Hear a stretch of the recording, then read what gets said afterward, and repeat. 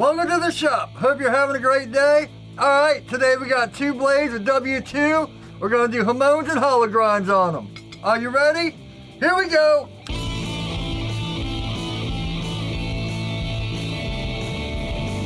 Welcome back. Alright, so we got these 2 W2 blades. I've already got them heat treated and all that. This is about 3 weeks worth of footage that I've had on hold, and I've kind of crammed it all together. We're up to like a 120 grit here, but I plan on taking it up to like a really high grit and doing this kind of hamon on it. You can see the top is stone washed, the bottom's a mirror, and then there's a hamon in the middle. I've never done it with W2, but I'm gonna have to cut this into 2 parts because I was editing and I'm already up to like 23, 24 minutes. So the second part will just be like refining these bevels, making them look real good, and you know, and then I'll show you how I stone wash and all that and get the 3-tone finish. Make sure to like, comment, subscribe, hit the bell, all that good stuff. My website link is up in the cards and the first one in the description. All right, let's just get to it. So let's get on with it. Got my gun gum here finally. I made these 2 W2 steel blades, and since I haven't done W2 steel in a long time, I figured I'd do one in refractory and one in gun gum to see if there's any difference or which one works better. We'll see. But I also got the Tanto, which you've probably already seen the video of. I've got like 4 projects. I got the kitchen knives ready. I got the folder I'm working on. I got the Tanto. I got these W2. So I'm just filming it all and figuring out as I go. Let's get to it. Alright, I'm going to do the Tanto and refractory cement. So this is what I've been doing lately, just putting it on.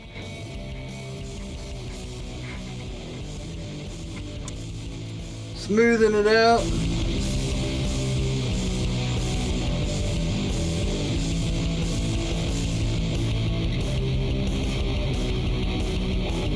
A little piece of hardening right there. Man, I gotta say, I love this square parchment paper. If you watch the last hamon thing, I started getting flat parchment paper, which I did put down in the Amazon link so you can get it down there. It's so nice not having to fight that stuff.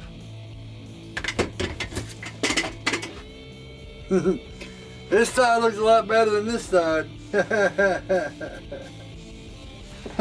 I got this tub of cleaning towels. Let's see if that'll work. They're wet.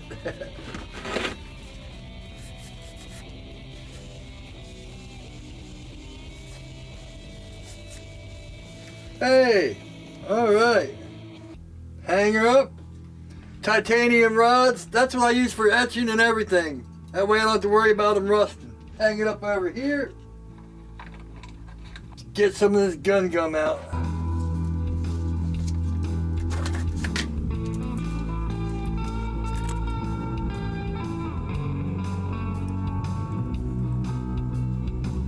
I've learned with the gun gum, you just kind of have to put it on how you want it. Let it set up a little bit, and then maybe mess with it here and there, because man, it's an endless battle with this stuff.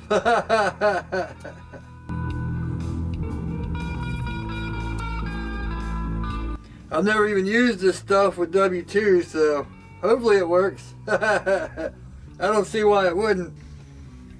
Voila! 2 down. Oop, little spot here. We don't want it near the blade, because you gotta remember, it kind of expands out, so well, that's not even the blade, so I'm not worried about that. Boom. Boom. It would be nice.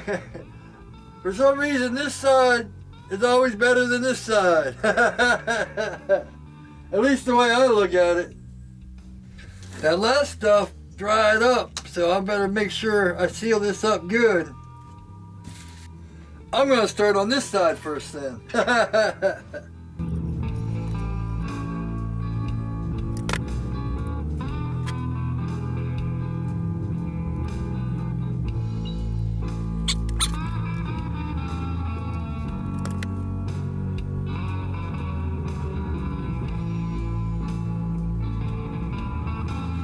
Well, I guess that's the trick for me. Start on the bad side, because that one came out the best. I'm gonna let them set overnight to dry up. Put the anti-scale on tomorrow, and then heat treat. Boom. 1, versus 1. So we'll see what works best on W2. I'm going to let them sit overnight to dry out and all that to, get nice and hard, and tomorrow's heat treat. See you then. I already got these painted up. I let it sit overnight, then I paint them up when I turn the oven on. The oven's up to like 1435 or something. With W2 it says between 1450 and 1475 for 8 to 10 minutes. So I'm going to go ahead and throw it in. We'll wait 8 to 10 minutes. I've got Parks 50 in here. And I also got a wet towel. Here, I'll show you in a second. Let me put this in. Oh! I forgot my blocks. I got a wet towel here because last time I used Parks 50, by the second or third knife, I went to duck it and the whole thing lit up and I couldn't get it out. Like with the McMaster-Carr 11 second, you can let it burn off and it doesn't catch. If I remember correctly, the Parks caught right up. So yeah, it's good to have a wet towel or something to wipe it down. In fact, I might get a second one in case it does. I could pull the knife through and wet down the knife. But we'll see. Alright, I'll be back when I'm pulling it out. Here we go. 8 to 10 minutes is what it says, so I got 2 wet towels here just in case.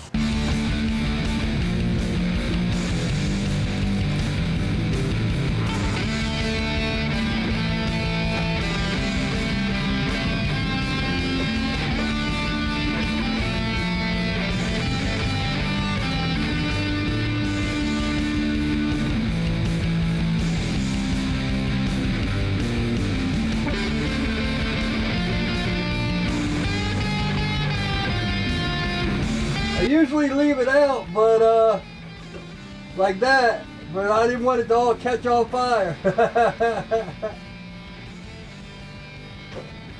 Woo! Alright. Wipe her all down. Get all that off. Woo! Yeah! Nice and clean. Look at the hamon. Let's let this one set. We'll get the next one in. Next one in, then wait 10 minutes. That 10 minutes is good because it gives the oil time to cool down, and sometimes I'll even open the door a little bit more if the oven's heating up too quick, because we want that 10 minutes to cool down. Let's see where our oil's at. Yeah, 180 degrees, so that 10 minutes will be a good cool down time, because the hotter it is, the quicker it's going to flash up. It's been about 10 minutes. I had my fan blowing here because I put a fan back on my solid state relays and on my box and all that to keep everything cool. So our temps are down about 115. Good, good, good. We're back down. That's why I like to do one at a time and keep like the 10-minute intervals while the knife soaks to let the oil cool and all that good stuff. Woo! Yeah! Now you know why all my shirts are messed up. Here we go. Knife number 2. Second W2.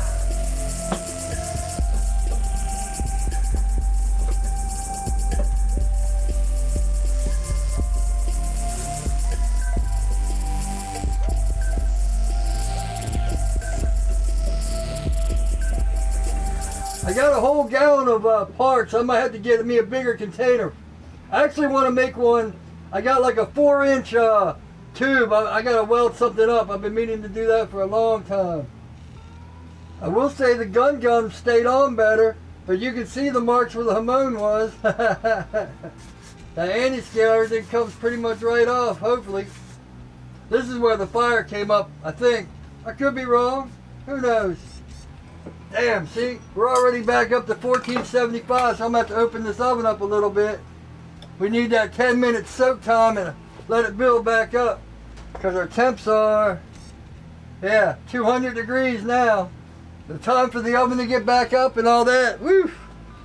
Now that the one cooled down, here's a 65, and it skates no problem. So we're at a 65. I'm going to have to clean up the bevels and test it again And then back here it bites because, see, so we should have hamons. Whew, this one's still hot. But it skates up here and bites back here. So we should have a hamon. Alright, I'll be back.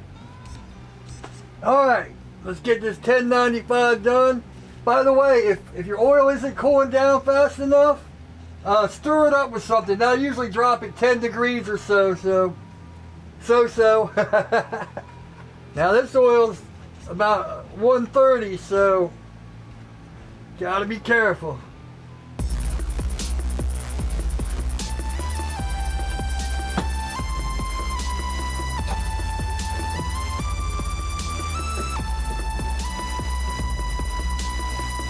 It looks like on the 1095, the refractory cement stayed on good. Yeah, I like to pull it out and just wipe it off. With the anti-scale and everything, it usually comes pretty much right off. Let this one cool. That's about it. Boom. Alright. Now I gotta go test them and then tempering time. So I went and hit them on the grinder. Just to 120, just to clean them off, to make sure I get a good reading. 65 doesn't even touch them. Nothing. Now back here, it bites. So that means we got a good hamon. With the W2, I completely forgot that I hollow ground these. Luckily I did the first one and I put it on the flat and it hit here and I was like, wait a second. And I was like, oh yeah. So I did the 14-inch wheel with this one and the 10-inch wheel with this one. And I put some X's on this to know this one's the gun gum. But I can already see the hamons when it hits the light on both of these. So that's a good sign, but doesn't even touch it. So sometimes a 65 will bite, but man, this might be like 67 or 68. I wish I could go put it on my tester, but since it's got bevels and a hamon, it's kind of useless. Same with this one. Boom. Now I just have to remember which one is gun gum and which one is the other one. Hopefully I put it in this video. It's been a couple weeks actually since I heat treated this in the first part of that video. So yeah, let's get to it.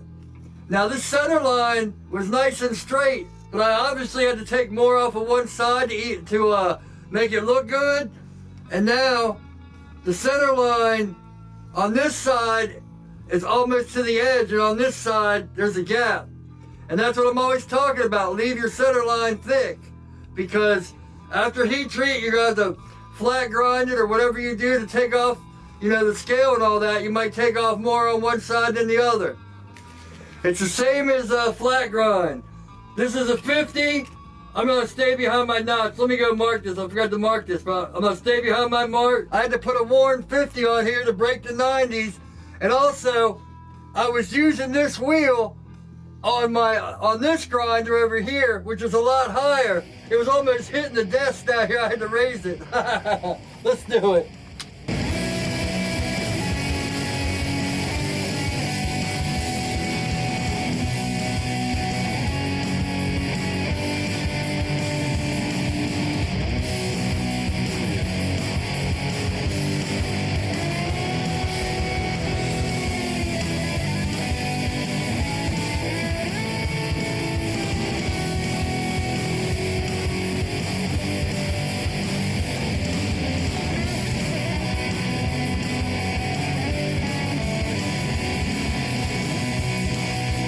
See what I'm talking about?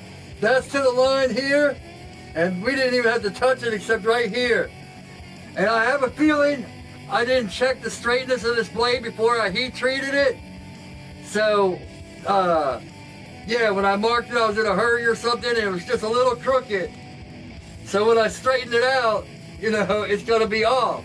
That's why you always have to check straightness. Even me, I always forget that before heat treat. It needs to be straight or your lines are going to be crooked. It's a hard lesson. But it's also why we leave these thick. Alright, new 50. I'm kind of concentrating on the oven because I got the folder normalizing with the new Tanto I made. Not the Tanto wrap, another one that's a lot bigger. With hollow grinding, you can either pull it out or pull it down. I kind of like to pull it down. Sometimes it depends. Once you start getting that groove in here with the hollow, you'll kind of feel how it goes. To make it straight, I pull it, and then when I get to the curve like here, I start pulling the curve straight. I don't know why I picked up that habit, but I just like doing it that way. It just seems like, you know, you're curving down, so then you pull it straight. Or some like variation of that.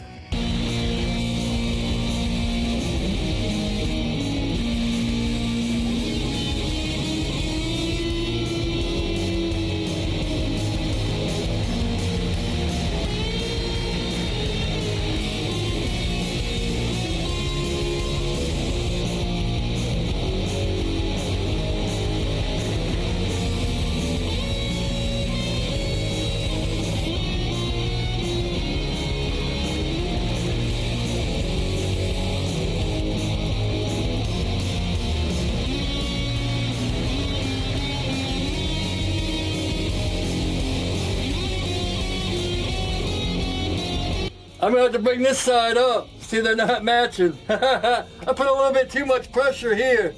But that's all right, we got plenty of room to mess with. But I don't want to put any pressure down here. I want it all up here to bring this down. I'm good with where I'm at right now, so I kind of want to keep it there. Hopefully.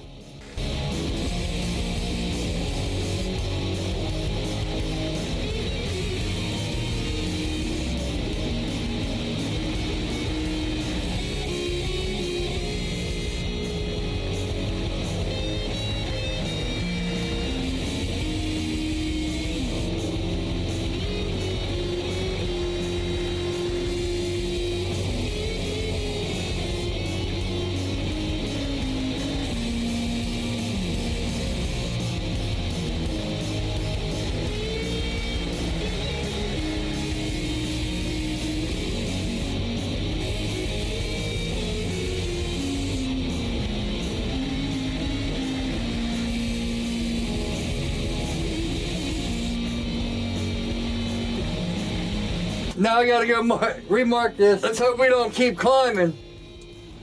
Oh, we're still good. Okay, just up here. Okay.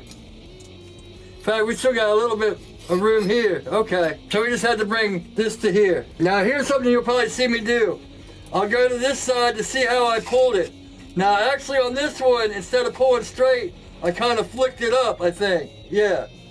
So I'm not gonna pull it straight, and that's why this one comes straight and this one comes up. So I'm about to try that. You know, watch your hands. Everyone has a weak hand and a strong hand. A lot of people do their weak hand first and match the strong to it, but figure it out. You know, that's one thing I can't show you.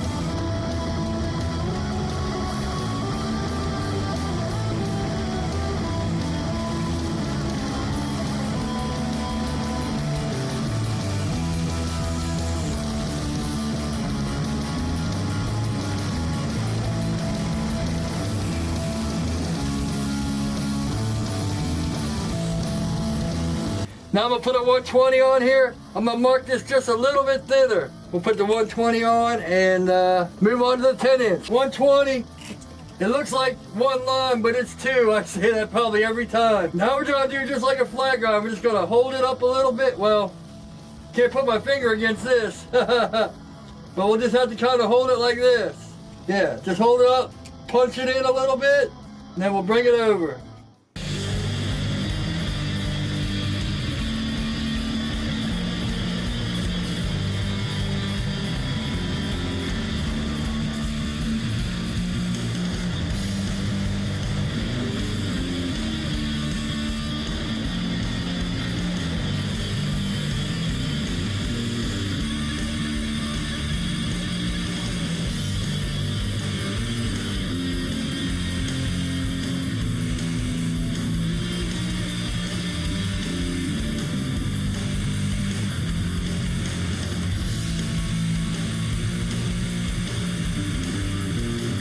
let me put the 10-inch wheel on here, and I'll kind of show a little bit of that. It'll be the same thing. And then, yeah, we'll go to 65, 30, blah, blah, blah, all that good stuff. I almost forgot to strike new lines.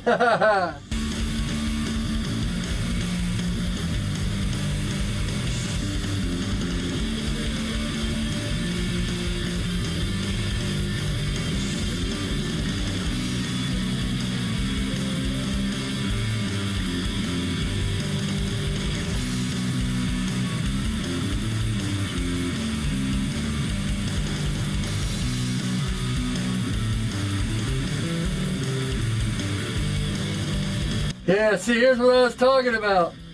I pushed it, I went flicked it, and see, it still happens to me. Go over a little bit. Either when I flat grind it, hopefully that'll bring it back, or I'll just have to make the notch a little bit bigger. Either way, probably have to make the notch a little bit bigger.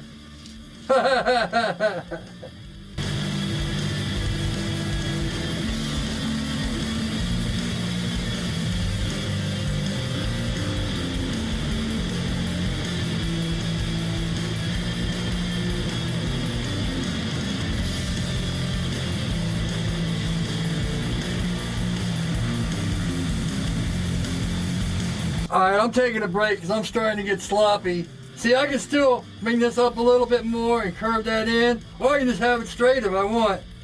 I'm a little upset. I should have stopped. I knew I was getting tired.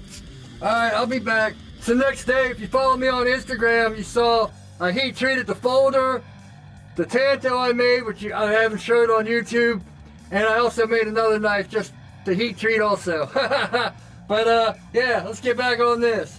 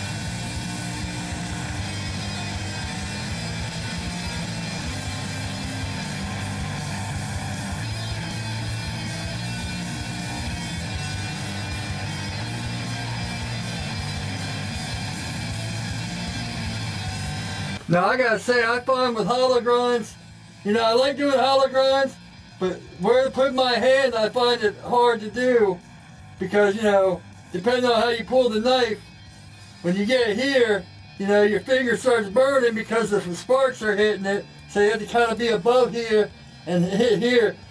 Now this way is fine for me because I can use my wrist. I just kind of hold the knife and I have to use this hand to figure it out. So you might see me switching up here and doing this and there. Hollow grinds, some people find hollow grinds a lot easier. Some people find hollow grinds harder. I seem to find hollow grinds more fun, a little more challenging. Maybe that's why I like them. For me though, so if you get a wheel, try it out. And you'll see on all my hollow grinds, I miss a spot right here.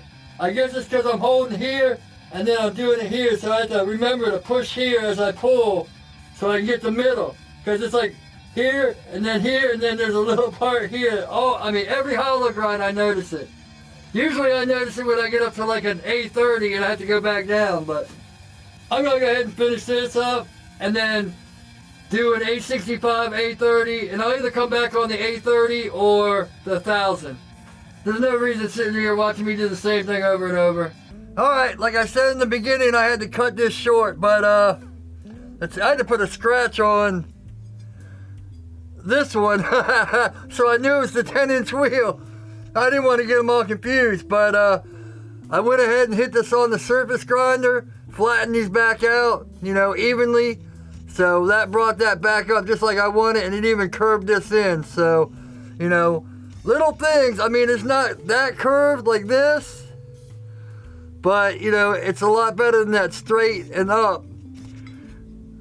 You know, and I matched it for even on both sides, so. But alright, that's about it. I'm going to get on the A65, A30. I already got the camera set up and all that. So yeah, next video, we'll get these up to like 1,000. Then I'll show you how I stone wash them, dip them, and all that good stuff. Back on the hamons. Alright, thanks for watching. Make sure to like, comment, subscribe, hit the bell, all that good stuff. My website's the first in the link and up in the cards. I got shirts on there. I got 7 or 8 knives on there. I got Amazon links, which are also in the description. Well, that's about it. Stay tuned for the next one. Thanks for watching. Hope you're having a great day. And as always, take it easy.